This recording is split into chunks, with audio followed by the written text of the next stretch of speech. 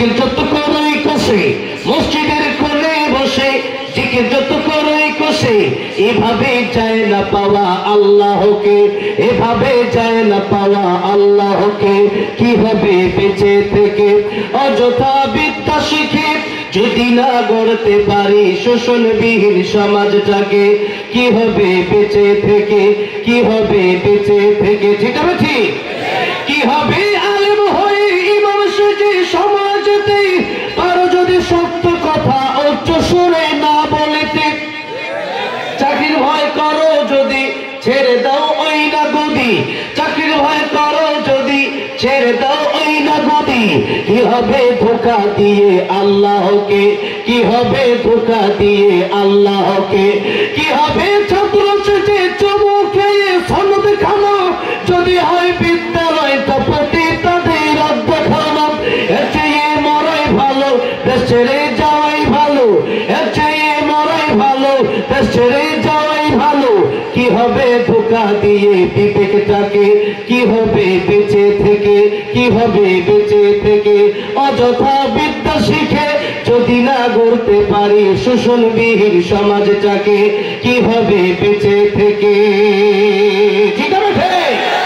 এই জন্য ভাইরা বাবাজির, কোরআন শরীফ ইসলাম শুধু মসজিদ আর মাদ্রাসায় আর নিজের ঘরে রেখে দেওয়ার জন্য ইসলাম আসে নাই, বরং আল্লাহর কোরআন দিয়ে দেশ চালাতে হবে। এরকম আয়াত কোরআন শরীফে আছে না নাই? আল্লাহর কোরআন শরীফে আছে। প্রত্যেকটা কাজে করবে আল্লাহর কোরআনের আইন আছে।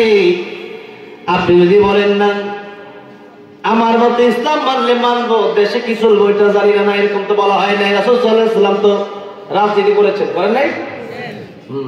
তাহলে আপনি কেন পান যে আমি এমপি মন্ত্রী হতে চাই না, আমি তো প্রধানমন্ত্রী হতে চাই? কিসের আবার চাই না? চাই না মানে আমি হইতে পারলেই তো আল্লামা সাইদের মতো আলেমকে ফাঁসি দিতে পারবে না। আলেমরা দেশে প্রধানমন্ত্রী হতে পারলেই তো আল্লাহ মামুনুল হককে জেলে নিবে না। আলেমরা দেশে কোরআনের পক্ষে কথা বলবে, চোর বদমাইশ ডাকাতগুলো জেলে যাবে। ঠিক না ঠিক? আর বিগত 16 বছর আমরা দেখেছি শুধু আলেমদেরকে জেলে দিয়েছে, আর চোর চোরটাগুলো নেতা হয়েছে। আপনি তারে ভোট দেন 500 টাকার জন্য, এই মাহফিলে এসে ঠিক মারা না, কোনো ভোট দেওয়া শুধু 500 টাকা। হুজুর কি কিসের ভোট? এখন হুজুর কথা বলতে ইমাম সাহেব হুজুর ভোটে দাঁড়াইছেন, কে বলছিল দাঁড়াইতে? ভাইরা বাবাজিরা, আপনার ভিতর বাহির দুটো ঠিক করে চলে তো যেতেই হবে। দেশ আমাদের দেশ, আমরা মুসলমান, কিন্তু ইসলামে আইন আছে নাকি? চুলের হাত কাটা, সারিক ও সারিকাত ফাকতাউ আইদিয়াহুমা, এই আইন কি আছে? আইন নাই। এই আইন যদি থাকতো, দেশে একদিন বাইতুল মুকাররমের সামনে চোরের হাত কেটে দেন, পরের দিন থেকে চুরি বন্ধ হয়ে যাবে। কিন্তু এই দেশে দেখা যায় চোর জেলে গেলে ওটা ডাকাত হয়ে বের হয়। কেমনে বের হয়? এত সাহস পায় কোন জায়গা থেকে? আপনাদের জন্য পায়। যখন আপনাদের কিস্তা আজবেরা কানে ফু দেয়, তখন আমরা নরম হয়ে যান। শাস্তি তো কোনো আইন তো নাই। ভাইরা বাবাজিরা, এই দেশের ভিতরে মাদক আছে, মাদক তো বন্ধ হয় না। নামাজ না পড়লে আগে নামাজের ব্যবসা বন্ধ, বাণিজ্য বন্ধ। সৌদি আরব আমি গেলাম, যাওয়ার পরে এই দেশে তো শীতে ঠোঁট পাটে, ওই দেখেন ওখানে গরমে ঠোঁট পাটে। বললাম তুমি মেরিল দেন, বললো হাই আল্লাহ সলা, নামাজের দিকে আসুন। কিসের মেরিল? কোনো মেরিল দেবো? দোকান খোলা, এই যে মেরিল, আমি টাকা দেবো, নিবো, রিয়াল দেবো, নেবো, কিন্তু মেরিল আমাকে দেবে না। কেন দিবে না?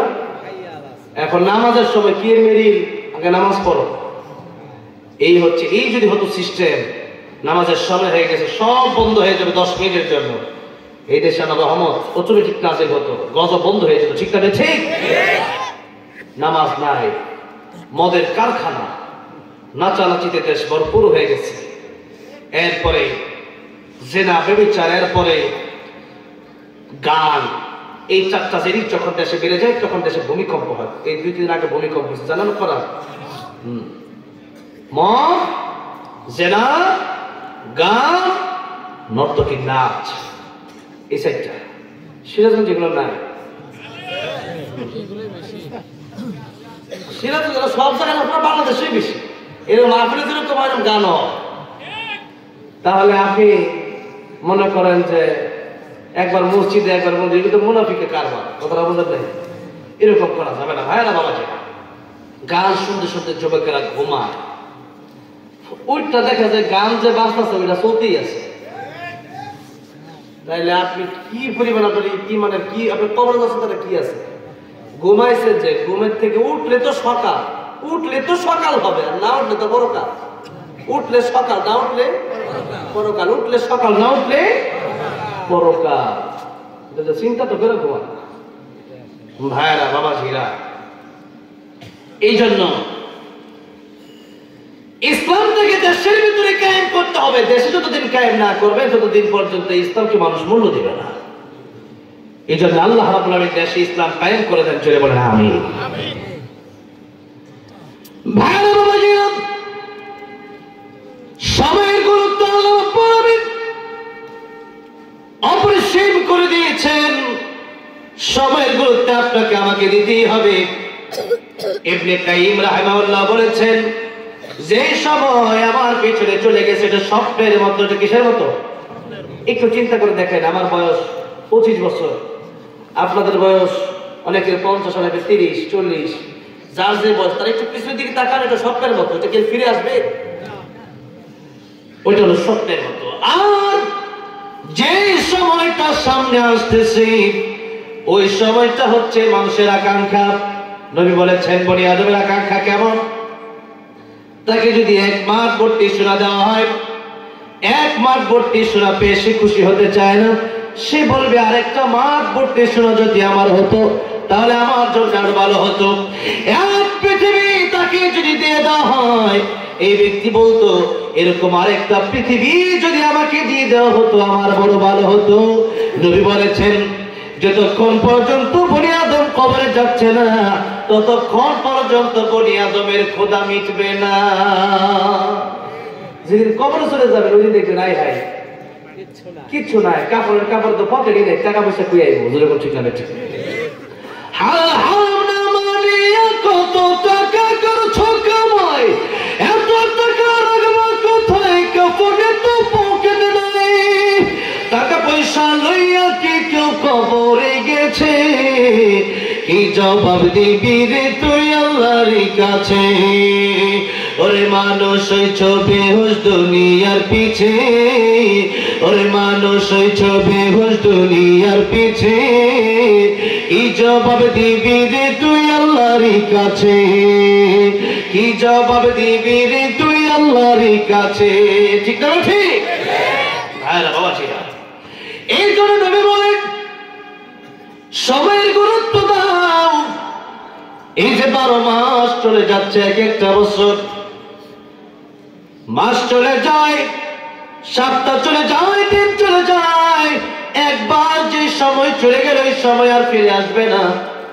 আল্লাহ কোরআন শরীফের সময়ের কসম কি সূরা আসর নাযিল করে বলেছেন, ওয়াল আসর। আল্লাহ বলেছেন, মহাকালের কসম, ইতিহাসের শপথ, সময়ের কসম। সময়ের কসমকে আল্লাহ সময়ের গুরুত্ব বাড়িয়ে দিলেন। অর্থাৎ সময় তো যাবে, এই সময় চলে যাচ্ছে, যাবে, কিন্তু এই সময়ের মূল্য যদি না দিতে পারি, একটু অলসতার কারণে, অবহেলার কারণে, এই সময়টাকে গুরুত্ব না দেওয়ার কারণে হতে পারে আমি আপনি জাহান্নামের পথিক হয়ে যাব। কেন? যেমন ইন্নাস সালাতা কানাত আলাল মুমিনিনা কিতাবাম মাওকুতা। আল্লাহ বলেছেন, নামাজ আমি নির্দিষ্ট সময় পড়ার জন্য তোমাদেরকে বলতেছি। কিতাবাম মাওকুতা, ওয়াক্ত মতো নামাজ পড়তে আল্লাহ বললেন। আল্লাহ বললেন নির্দিষ্ট সময় নামাজ পড়ো। ফজরটা জোরে সোরে পড়লে হবে? ফজরটা ফজরেই পড়তে হবে, পরে পড়লে আপনি গুনাহগার হবেন, আপনাকে তওবা করতে হবে যে আল্লাহ এরকম হয়ে গেছে, কালকে থেকে এরকম আর হবে না, এই তওবা করতে হবে। তাহলে আল্লাহ রাব্বুল আলামিন বলে নির্দিষ্ট সময়ে নামাজ, নির্দিষ্ট সময়ে রোজা, নির্দিষ্ট সময়ে ঈদ, নির্দিষ্ট সময়ে যাকাত, নির্দিষ্ট সময়ে কোরবানি, নির্দিষ্ট সময়ে হজ, এগুলো মাস হিসাবে আসতেছে। সময় এভাবে চলে যাচ্ছে, আল্লাহ বলে গুরুত্ব দাও।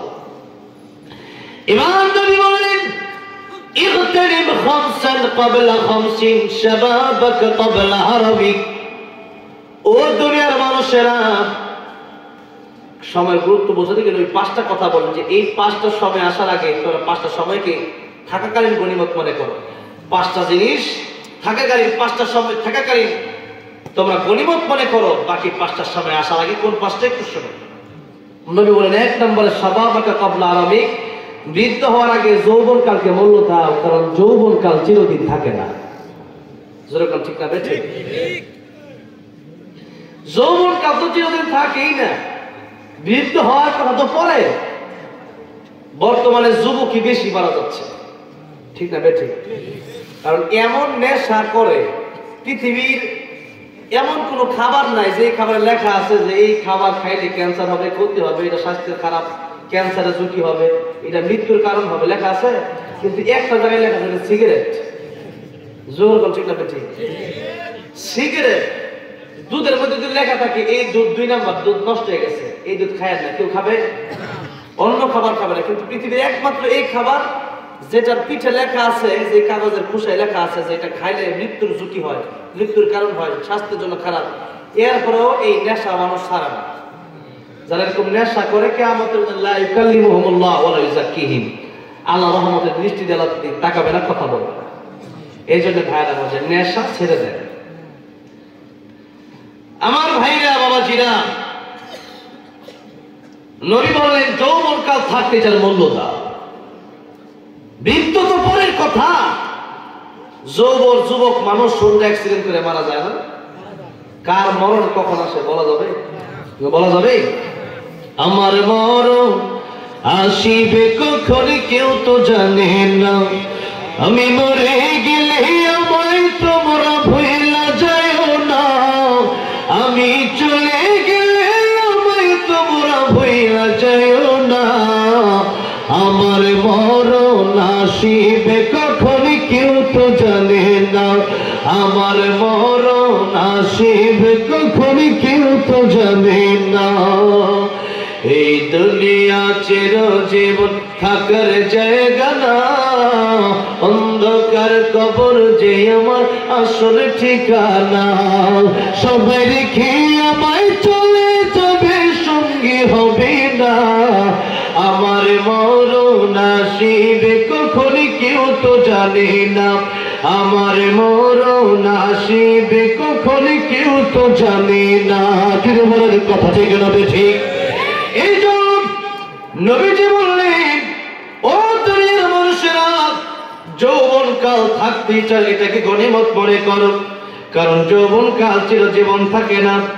একদিন তুমি বৃদ্ধ হয়ে যাবে, ওই সময় আমল করা সম্ভব হবে না। সুতরাং আল্লাহ রাব্বুল আলামিন এই শিক্ষা আমাদেরকে দিলেন, সময়ের গুরুত্ব দাও। যখন যৌবনকাল, এই বয়সে যখন আপনি ইবাদত করবেন, নবী বলেন এই বয়সে যারা ইবাদত করবে, কারণ কিয়ামতের ময়দানে আরশে আজিমের নিচে আল্লাহ তাদেরকে ছায়া দান করবে। যৌবনকালে ইবাদত করলে পরে বৃদ্ধ বয়সে সেই ইবাদত না করতে পারলেও আল্লাহ বলেন যৌবনকালে করার পরে সেই ইবাদত বৃদ্ধ বয়সে ফ্রি দিয়ে দেবেন। সুবহানাল্লাহ। ভাইরা, বাবাজিরা, নবী 2 নম্বরে বললেন ওয়াসিহাতাকা ক্বাবলা সাকামিক, সুস্থ থাকা অবস্থায় অসুস্থ হওয়ার আগে তাকে গনিমত মনে করো। কেন সুস্থ হয়ে গেলে খাওয়া দাওয়া ভালো লাগে না, চলাফেরা করা ভালো লাগে না, ইবাদতে মনোযোগ বসে না, এই জন্য সুস্থ থাকা অবস্থায় আল্লাহর ইবাদত করো। কে জানে কার অ্যাক্সিডেন্ট হয়ে কোন দিন কার পাটা ভেঙে যায়, কে জানে কে অসুস্থ হয়ে কোন দিন হাসপাতালে বেডে শুয়ে পড়ে। কত মানুষ জীবনের তোর অসুস্থ হয়ে গেছে, আগের মতো চাইলে হাঁটতে পারে না, আগের মতো চাইলে খাইতে পারে না, আগের মতো চাইলে ঘুমাতে পারে না। এই জন্য বলে সুস্থ করে সবাইকে বললো তা অসুস্থ হওয়ার আগে এই সময় আল্লাহর ইবাদত করো। 3 নম্বর নবী বললেন গিনাকা ক্বাবলা ফাকারি, টাকা পয়সা যদি থাকে, ধন সম্পদ যদি থাকে, আল্লাহর রাস্তায় খরচ করো। সকালবেলা তুমি ফকির, সন্ধ্যাবেলা টাকা পয়সা আছে কারণ নাই, অথবা টাকা পয়সা যদি থাকে আপনি নাই, নবী বললেন যা খাইলা, যা পড়লা, যা আমল করলে এটা তোমার, আর যা থাকলো এগুলো তোমার না। এই দুনিয়ার সম্পদ যাদেরকে ওয়ারিস হিসাবে দিয়ে গেলেন, এরা আপনার জন্য কয় টাকা ইবাদান করবে? আজকে টাকা চাওয়া হয়, 2, 4, 5 জন 10 জন দেয়, আর কত মানুষ পাপের জন্য দেয় না।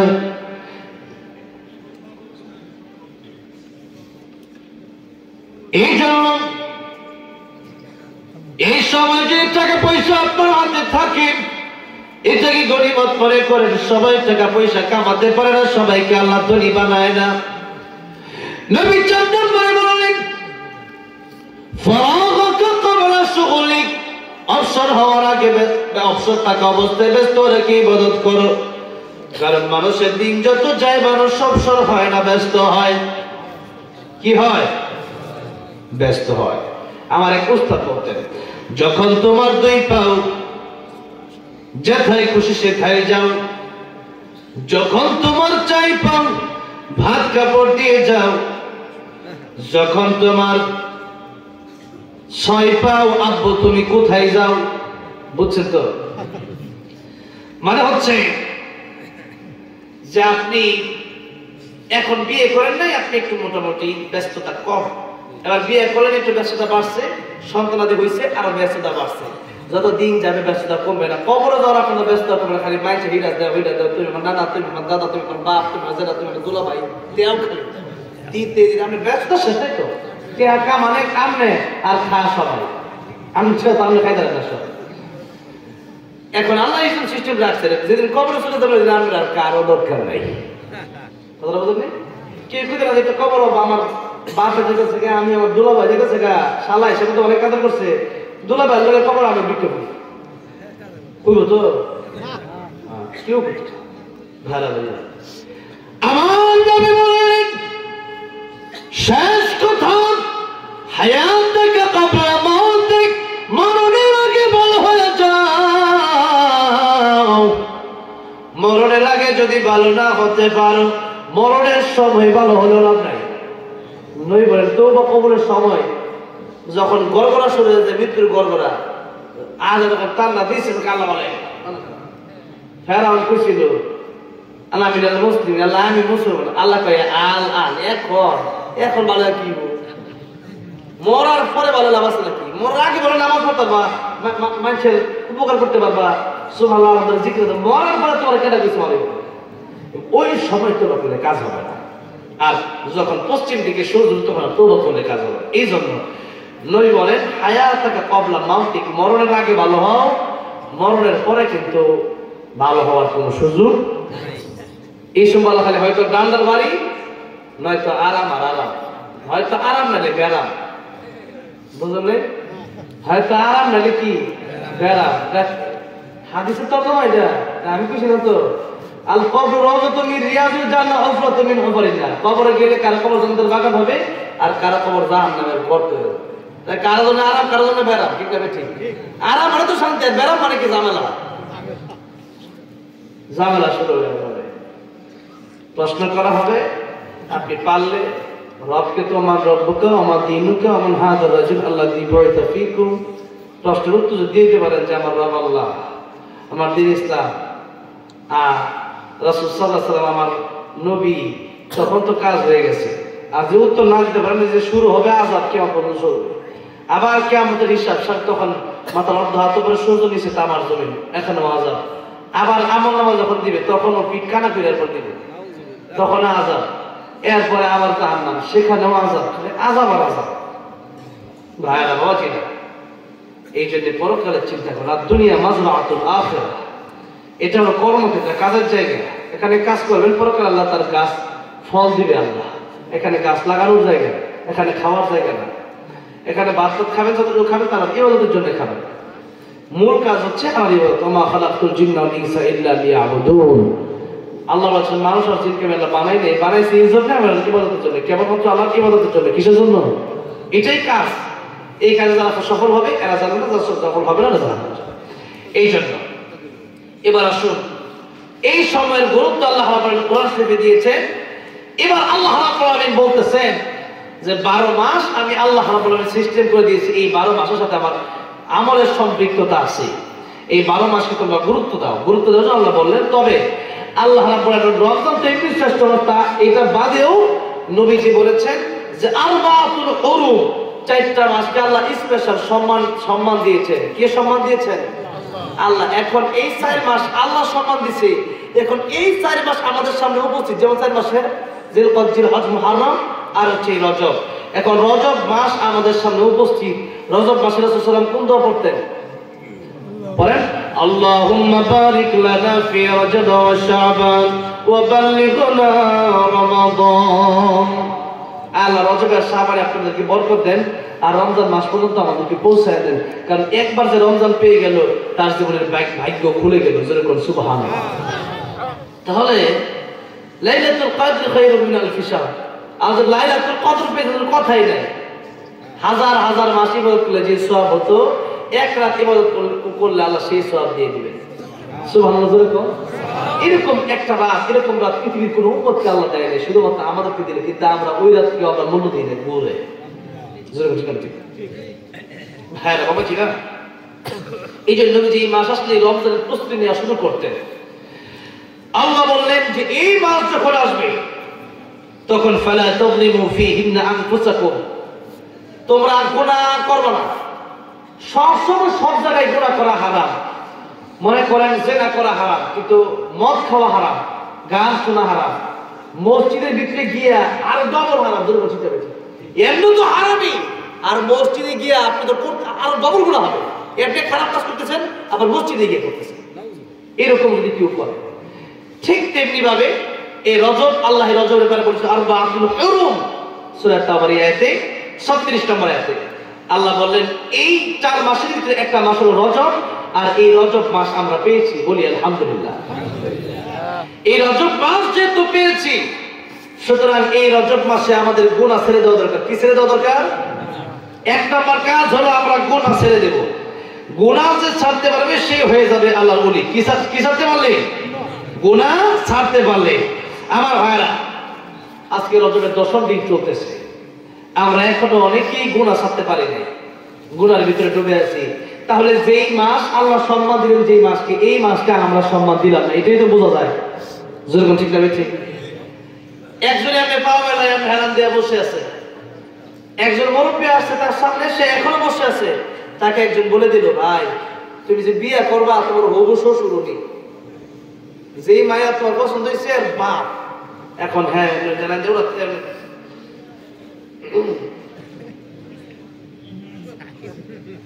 ঠিক না ভাই? ঠিক। কেন? কারণ উল্টা পাল্টা করলে কোনো শ্বশুর বিয়ে তো মায়া বের এরকম মায়া একটা পাইছে না ভাইটা। জরুর ঠিক না? ঠিক। সব মিলে একটা পছন্দ, এত সহজ তো না পছন্দ হওয়া, এত সহজ না কি পছন্দ হওয়া। এখন মনে করেন পছন্দ হয়েছে, এখন শ্বশুরে দেখা লালা সারা দিয়ে বসছে। কেন? যে আমার হবু শ্বশুর, বিয়া দিলে এগুলো বিয়া বন্ধ হয়ে যেত।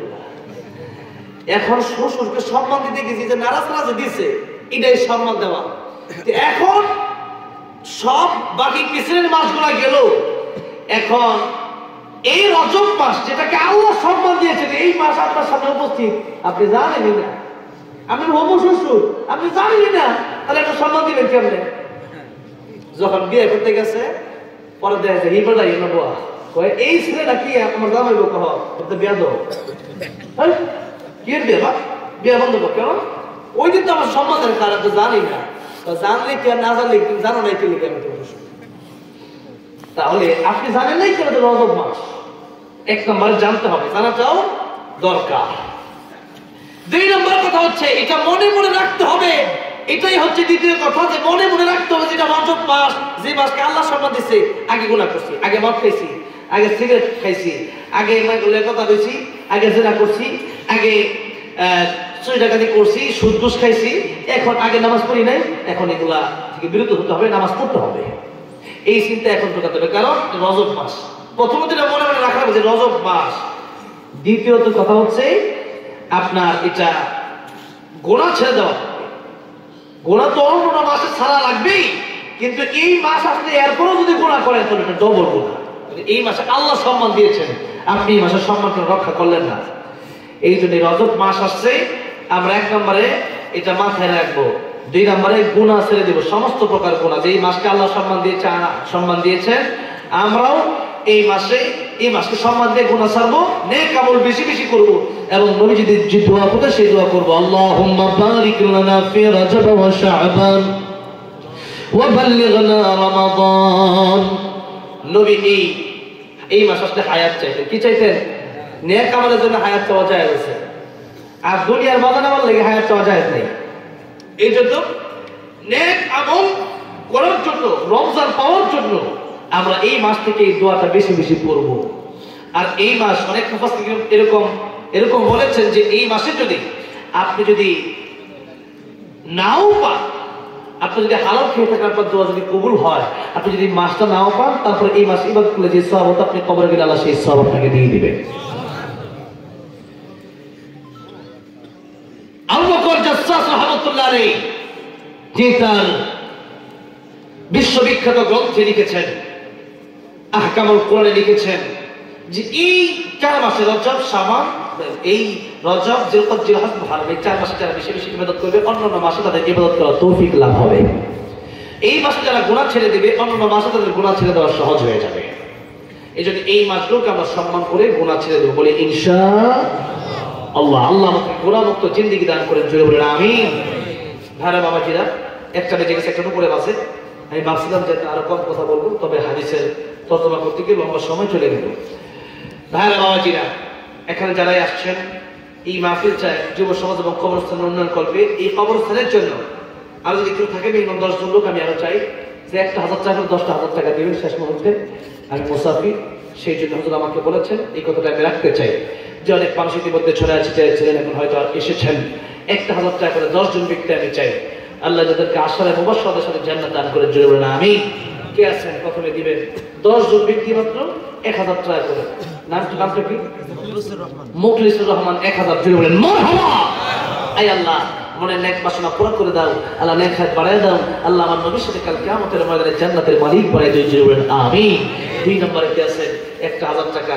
বাবাজিরা, ভাইরা, টাকা পয়সা আজ আছে কাল নাই, এই যে টাকা পয়সা আমাদের ময়দান, ওই জীবন শুরু হবে, তার শেষ নাই। এই জন্য মানবো আমরা একজনের কথা, তিনি কে? আল্লাহ। তিনি কে? আল্লাহ। হ্যাঁ বাবাজিরা, আকাশ আল্লাহর, জমিন আল্লাহ, সৃষ্টি আমাদের কি করছে আল্লাহ।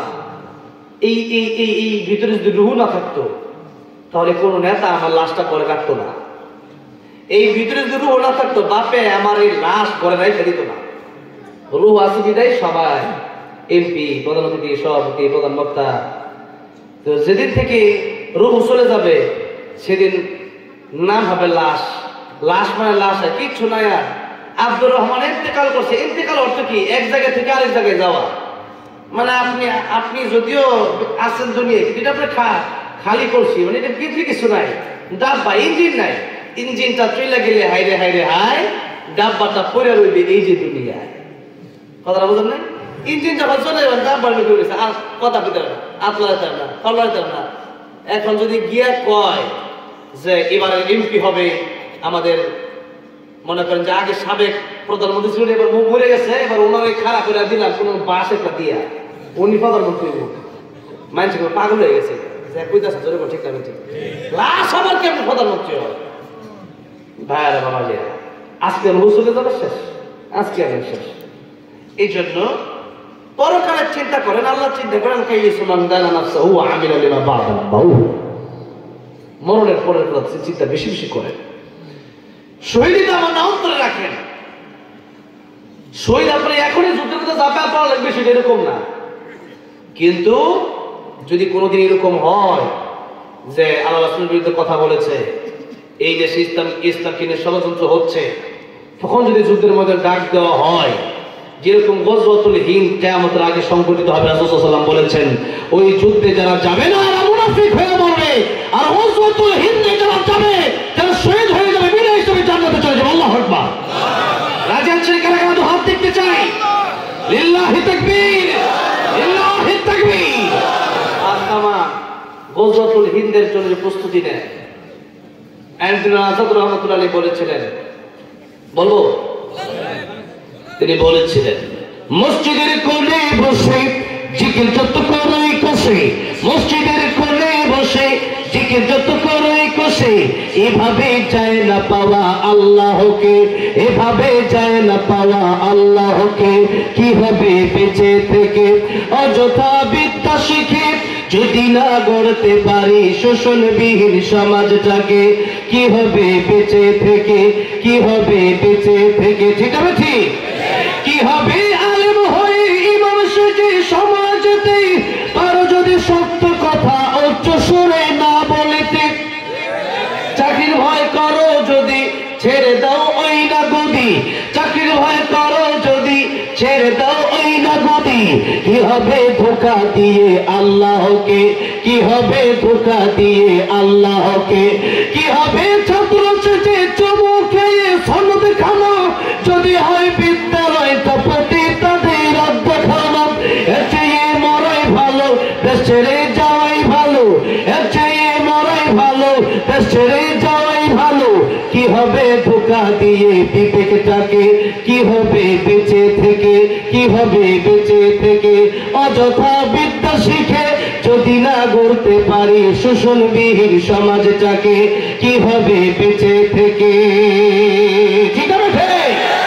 এই জন্য ভাইরা বাবাজির, কোরআন শরীফ ইসলাম শুধু মসজিদ আর মাদ্রাসায় আর নিজের ঘরে রেখে দেওয়ার জন্য ইসলাম আসে নাই, বরং আল্লাহর কোরআন দিয়ে দেশ চালাতে হবে। এরকম আয়াত কোরআন শরীফে আছে না নাই? আল্লাহর আইন কোরআন শরীফে আছে, প্রত্যেকটা কাজে করবে আল্লাহর কোরআনের আইন আছে। আপনি যদি বলেন না আমার মতে ইসলাম মানলে মানবো, দেশে কি চলবো এটা জানি না, এরকম তো বলা হয় নাই। রাসূল সাল্লাল্লাহু আলাইহি ওয়াসাল্লাম তো রাজনীতি করেছেন, করেন নাই? তাহলে আপনি কেন কোন যে আমি এমপি মন্ত্রী হইতে চাই না, আমি তো প্রধানমন্ত্রী হইতে চাই? কিসের আবার চাই না? চাইটা মানে আমি হইতে পারলেই তো আল্লামা সাইদের মতো আলেমকে ফাঁসি দিতে পারবে না।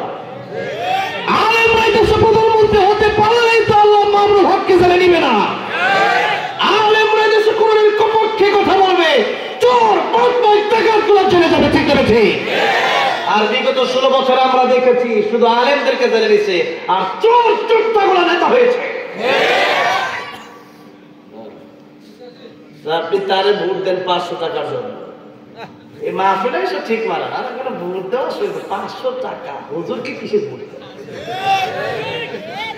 এখন হুজুর কথা বলতে ইমাম সাহেব হুজুর ভোটে দাঁড়াইছেন, কে বলছিল দাঁড়াইতে? ভাইরা বাবাজিরা, আপনার ভিতর বাহির দুটো ঠিক করে চলে তো যেতেই হবে। দেশ আমাদের দেশ, আমরা মুসলমান, কিন্তু ইসলামে আইন আছে নাকি? চুলের হাত কাটা, সারিকো ফাকতাউ আইদিয়াহুমা, এই আইন কি আছে? আইন নাই। এই আইন যদি থাকতো, দেশে একদিন বাইতুল মুকাররমের সামনে চোরের হাত কেটে দেন, পরের দিন থেকে চুরি বন্ধ হয়ে যাবে। কিন্তু এই দেশে দেখা যায় চোর জেলে গেলে ওটা টাকা পেয়ে বের হয়। কেমনে বের হয়? এত সাহস পায় কোন জায়গা থেকে? আপনাদের জন্য পায়। যখন আপনাদের কিস্তি আজবের কানে ফু দেয়, তখন আমরা নরম হয়ে যান। শাসিত কোনো আইন তো নাই। ভাইরা বাবাজিরা, এই দেশের ভিতরে মাদক আছে, মাদক তো বন্ধ হয় না। নামাজ না পড়লে আগে নামাজের ব্যবসা বন্ধ, বাণিজ্য বন্ধ। সৌদি আরব আমি গেলাম, যাওয়ার পরে এই দেশে তো শীতে ঠোঁট পাটে, ওই দেখেন ওখানে গরমে ঠোঁট পাটে। বললাম একটু মেরিল দেন, বললো হাই আল্লাহ সাল্লাহ। নামাজের দিকে আসলে কিসের মেরিল আছে? কোনো মেরিল দেবো? দোকান খোলা গেছে মেরিল, আমি টাকা দেবো নিবো, রিয়াল দেবো নেবো, কিন্তু মেরিল আমাকে দেবে না। কেন দিবে না? এখন নামাজের সময় কি মেরিল? আগে নামাজ পড়ো। এই হচ্ছে, এই যদি হতো সিস্টেম, নামাজের সময় হয়ে গেছে, সব বন্ধ হয়ে যাবে 10 মিনিটের জন্য, এই দেশে আল্লাহর রহমত অটোমেটিক নাজিল হতো, গজব বন্ধ হয়ে যেত। ঠিক না ঠিক? নামাজ নাই, মদের কারখানা, নাচানাচিতে দেশ ভরপুর হয়ে গেছে। এরপরে জেনা, ব্যভিচার, এরপরে গান, এই 4টা জিনিস যখন দেশে বেড়ে যায়, তখন দেশে ভূমিকম্প হয়। এই 2 দিন আগে ভূমিকম্প হয়েছে, জানেন করা? মদ, জেনা, গান, নর্তকী নাচ, এই 4টা। সিরাজগঞ্জ যেগুলো নাই, সিরাজগঞ্জ সব জায়গায় আপনার বাংলাদেশেই বেশি, এরকম মাহফিলে যেরকম এরকম গান হয়। তাহলে আপনি মনে করেন যে একবার মসজিদে একবার মন্দিরে, কিন্তু মুনাফিকে কারবার, কথাটা বোঝা যায়, এরকম করা যাবে না ভাইরা বাবাজি। গান শুনতে শুনতে যুবকেরা ঘুমায়, ওইটা দেখা যায় গান যে বাজতেছে ওইটা চলতেই আছে। তাইলে আপনি কি পরিমাণ আপনার কি মানে কি আপনার কবর আছে তারা কি আছে? ঘুমাইছে যে ঘুমের থেকে উঠলে তো সকাল, উঠলে তো সকাল হবে, আর না উঠলে তো বড়কাল। উঠলে সকাল, না উঠলে পরকাল, উঠলে সকাল, না উঠলে পরকাল। এটা চিন্তা তো করে ঘুমান ভাইরা বাবাজিরা। এই জন্য ইসলামটাকে দেশের ভিতরে কায়েম করতে হবে। দেশে যতদিন কায়েম না করবে ততদিন পর্যন্ত ইসলামকে মানুষ মূল্য দিবে না। এই জন্য আল্লাহ রাব্বুল আলামিন দেশে ইসলাম কায়েম করে দেন, চলে বলেন আমিন। ভাইরা বাবাজিরা, সময়ের গুরুত্ব আল্লাহ রাব্বুল আলামিন অপরিসীম করে দিয়েছেন। সময়ের গুরুত্ব আপনাকে আমাকে দিতেই হবে। ইবনে কাইয়িম রাহিমাহুল্লাহ বলেছেন, যে সময় আমার পেছনে চলে গেছে এটা স্বপ্নের মতো। এটা কিসের মতো? একটু চিন্তা করে দেখেন, আমার বয়স 25 বছর, আপনাদের বয়স অনেকের 50, অনেকের 30, 40, যার যে বয়স তার একটু পিছনের দিকে তাকান, এটা স্বপ্নের মতো। এটা কি ফিরে আসবে? ওইটা হলো স্বপ্নের মতো। আর যে সময়টা সামনে আসতেছে ওই সময়টা হচ্ছে মানুষের আকাঙ্ক্ষা। নবী বলেছেন, বনি আদমের আকাঙ্ক্ষা কেমন? তাকে যদি 1 মাঠ ভর্তি সোনা দেওয়া হয়, 1 মাঠ ভর্তি সোনা পেয়ে সে খুশি হতে চায় না। সে বলবে আরেকটা মাঠ ভর্তি সোনা যদি আমার হতো তাহলে আমার জন্য আরো ভালো হতো। এক পৃথিবী তাকে যদি দিয়ে দেওয়া হয়, এই ব্যক্তি বলতো এরকম আরেকটা পৃথিবী যদি আমাকে দিয়ে দেওয়া হতো আমার বড় ভালো হতো। নবী বলেছেন, যতক্ষণ পর্যন্ত বনি আদম কবরে যাচ্ছে না ততক্ষণ পর্যন্ত বনি আদমের ক্ষুধা মিটবে না। যেদিন কবরে চলে যাবে ওই দিন দেখবেন আই হাই কিচ্ছু নাই, কাপড় তো পকেটই নেই, টাকা পয়সা কুই আইবো। যেরকম ঠিক না ঠিক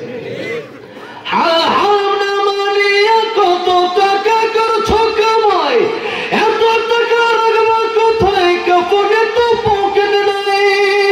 টাকা পয়সা লইয়া কি কেউ কবরে গেছে? কি জবাব দিবি রে তুই আল্লাহর কাছে? ওরে মানুষ হইছ বেহুশ দুনিয়ার পিছে, ওরে মানুষ হইছ বেহুশ দুনিয়ার পিছে। কি জবাব দিবি রে তুই আল্লাহর কাছে? কি জবাব দিবি রে তুই আল্লাহর কাছে? ঠিক না ঠিক? হ্যাঁ বাবা, ঠিক। এই জন্য নবী বলেন সময়ের গুরুত্ব দাও। এই যে 12 মাস চলে যাচ্ছে, এক একটা বছর,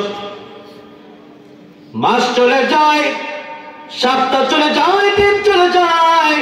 একবার যে সময় চলে গেল ওই সময় আর ফিরে আসবে না। আল্লাহ কোরআন শরীফের সময়ের কসম কি সূরা আসর নাযিল করে বলেছেন, ওয়াল আসর। আল্লাহ বলেছেন মহাকালের কসম, ইতিহাসের শপথ, সময়ের কসম। সময়ের কসমকে আল্লাহ সময়ের গুরুত্ব বাড়িয়ে দিলেন। অর্থাৎ সময় তো যাবে, এই সময় চলে যাচ্ছে যাবে, কিন্তু এই সময়ের মূল্য যদি না দিতে পারি, একটু অলসতার কারণে, অবহেলার কারণে, এই সময়টাকে গুরুত্ব না দেওয়ার কারণে হতে পারে আমি আপনি জাহান্নামের পথিক হয়ে যাব। কেন? যেমন ইন্নাস সালাতা কানাত আলাল মুমিনিনা কিতাবাম মাওকুতা। আল্লাহ বলেছেন নামাজ আমি নির্দিষ্ট সময় পড়ার জন্য তোমাদেরকে বলতেছি। কিতাবাম মাওকুতা, ওয়াক্ত মতো নামাজ পড়তে আল্লাহ বলেন। আল্লাহ বললেন নির্দিষ্ট সময় নামাজ পড়ো। ফজরটা জোহরের সময় পড়লে হবে? ফজরটা ফজরেই পড়তে হবে, পরে পড়লে আপনি গুনাহগার হবেন, আপনাকে তওবা করতে হবে যে আল্লাহ এরকম হয়ে গেছে, কালকে থেকে এরকম আর হবে না, এই তওবা করতে হবে। তাহলে আল্লাহ রাব্বুল আলামিন বলে নির্দিষ্ট সময়ে নামাজ, নির্দিষ্ট সময়ে রোজা, নির্দিষ্ট সময়ে ঈদ, নির্দিষ্ট সময়ে যাকাত, নির্দিষ্ট সময়ে কোরবানি, নির্দিষ্ট সময়ে হজ, এগুলো মাস হিসাবে আসতেছে। সময় এভাবে চলে যাচ্ছে, আল্লাহ বলে গুরুত্ব দাও। ইমাম নবী বলেন ইগতানিম খামসান ক্বাবলা খামসিন শাবাবাক ক্বাবলা হারামিক। ও দুনিয়ার মানুষেরা, সময়ের গুরুত্ব বোঝাতে গেলে ওই 5টা কথা বলেন যে এই 5টা সময় আসার আগে তোমরা 5টা সময়কে থাকাকালীন গনিমত মনে করো। 5টা জিনিস থাকাকালীন, 5টা সময় থাকাকালীন তোমরা গনিমত মনে করো। বাকি 5টার সময় আসার আগে কোন 5টা একটু শোনো। নবী বলেন 1 নম্বরে শাবাবাকা ক্বাবলা হারামিক, বৃদ্ধ হওয়ার আগে যৌবনকালকে মূল্য দাও, কারণ যৌবনকাল চিরদিন থাকে না। যেরকম ঠিক না বেঠিক? যৌবনকাল তো চিরদিন থাকেই না, বৃদ্ধ হওয়ার কথা তো পরে। বর্তমানে যুবকই বেশি মারা যাচ্ছে, ঠিক না বেঠিক? কারণ এমন নেশা করে, পৃথিবীর এমন কোন খাবার নাই যে খাবারে লেখা আছে যে এই খাবার খাইলে ক্যান্সার হবে, ক্ষতি হবে, এটা স্বাস্থ্যের খারাপ, ক্যান্সারের ঝুঁকি হবে, এটা মৃত্যুর কারণ হবে, লেখা আছে। কিন্তু একটা জায়গায় লেখা আছে সিগারেট। জোর ঠিক না বেঠিক? সিগারেট, দুধের মধ্যে যদি লেখা থাকে এই দুধ 2 নাম্বার, দুধ নষ্ট হয়ে গেছে, এই দুধ খায় না, কেউ খাবে? অন্য খাবার খাবে না। কিন্তু পৃথিবীর একমাত্র এই খাবার যেটার পিঠে লেখা আছে, যে কাগজের খোসায় লেখা আছে যে এটা খাইলে মৃত্যুর ঝুঁকি হয়, মৃত্যুর কারণ হয়, স্বাস্থ্যের জন্য খারাপ, এরপরেও এই নেশা মানুষ ছাড়ে না। যারা এরকম নেশা করে কিয়ামতের দিন লা ইউকাল্লিমুহুমুল্লাহ ওয়া লা ইউযাক্কিহিম, আল্লাহ রহমতের দৃষ্টি দিয়ে তাকাবে না, কথা বলবে না। এই জন্য ভাইরা বলে নেশা ছেড়ে দেয়। আমার ভাইরা, বাবাজিরা, নবী বললেন যৌবনকাল থাকতে যার মূল্য দাও। বৃদ্ধ তো পরের কথা, যুবক মানুষ সন্ধ্যা অ্যাক্সিডেন্ট করে মারা যায় না? কার মরণ কখন আসে বলা যাবে? বলা যাবে? আমার মরণ আসিবে কখন কেউ তো জানে না, আমি মরে গেলে আমায় তোমরা ভুলা যায়ও না, আমি চলে গেলে আমায় তোমরা ভুলা যায়ও না, আমার মরণ আসিবে কখন কেউ তো জানে না, আমার মরণ আসিবে কখন কেউ তো জানে না। এই দুনিয়া চিরজীবন থাকার জায়গা না, অন্ধকার কবর যে আমার আসল ঠিকানা, সবাই রেখে আমায় চলে যাবে, সঙ্গী হবে না, আমার মরণ আসিবে কখন কেউ তো জানে না, আমার মরণ আসিবে কখন কেউ তো জানে না। তিরুমলের কথা ঠিক না ঠিক? এই জন্য নবীজি বললেন ও দুনিয়ার মানুষেরা, যৌবনকাল থাকতে চাইলে এটাকে গনিমত মনে করো, কারণ যৌবনকাল চিরজীবন থাকে না। একদিন তুমি বৃদ্ধ হয়ে যাবে, ওই সময় আমল করা সম্ভব হবে না। সুতরাং আল্লাহ রাব্বুল আলামিন এই শিক্ষা আমাদেরকে দিলেন, সময়ের গুরুত্ব দাও। যখন যৌবনকাল, এই বয়সে যখন আপনি ইবাদত করবেন, নবী বলেন এই বয়সে যারা ইবাদত করবে কাল কিয়ামতের ময়দানে আরশে আজিমের নিচে আল্লাহ তাদেরকে ছায়া দান করবে। যৌবনকালে ইবাদত করলে পরে বৃদ্ধ বয়সে সেই ইবাদত না করতে পারলেও আল্লাহ রাব্বুল আলামিন যৌবনকালে করার পরে সেই ইবাদত বৃদ্ধ বয়সে ফ্রি দিয়ে দেবেন। সুবহানাল্লাহ। ভাইরা, বাবাজিরা, নবী 2 নম্বরে বললেন ওয়াসিহাতাকা ক্বাবলা সাকামিক, সুস্থ থাকা অবস্থায় অসুস্থ হওয়ার আগে তাকে গনিমত মনে করো। কেন সুস্থ হয়ে গেলে খাওয়া দাওয়া ভালো লাগে না, চলাফেরা করা ভালো লাগে না, ইবাদতে মনোযোগ বসে না, এই জন্য সুস্থ থাকা অবস্থায় আল্লাহর ইবাদত করো। কে জানে কার অ্যাক্সিডেন্ট হয়ে কোন দিন কার পাটা ভেঙে যায়, কে জানে কে অসুস্থ হয়ে কোন দিন হাসপাতালের বেডে শুয়ে পড়ে। কত মানুষ জীবনের তোর অসুস্থ হয়ে গেছে, আগের মতো চাইলে হাঁটতে পারে না, আগের মতো চাইলে খাইতে পারে না, আগের মতো চাইলে ঘুমাতে পারে না। এই জন্যই বলে সুস্থ করে সবাইকে বললো তা অসুস্থ হওয়ার আগে এই সময় আল্লাহর ইবাদত করো। 3 নম্বর নবী বললেন গিনাকা ক্বাবলা ফাকারি, টাকা পয়সা যদি থাকে, ধন সম্পদ যদি থাকে, আল্লাহর রাস্তায় খরচ করো। সকালবেলা তুমি ফকিরের, সন্ধ্যাবেলা টাকা পয়সা যাচ্ছে কেউ নাই, অথবা টাকা পয়সা যদি থাকে আপনি নাই, নবী বললেন যা খাইলা, যা পড়লা, যা আমল করলে এটা তোমার, আর যা থাকলো এগুলো তোমার না। এই দুনিয়ার সম্পদ যাদেরকে ওয়ারিস হিসাবে দিয়ে গেলেন, এরা আপনার জন্য কয় টাকা ইবাদান করবে? আজকে টাকা চাওয়া হয়, 2, 4, 5 জন 10 জন দেয়, আর কত মানুষ পাপের জন্য দেয় না।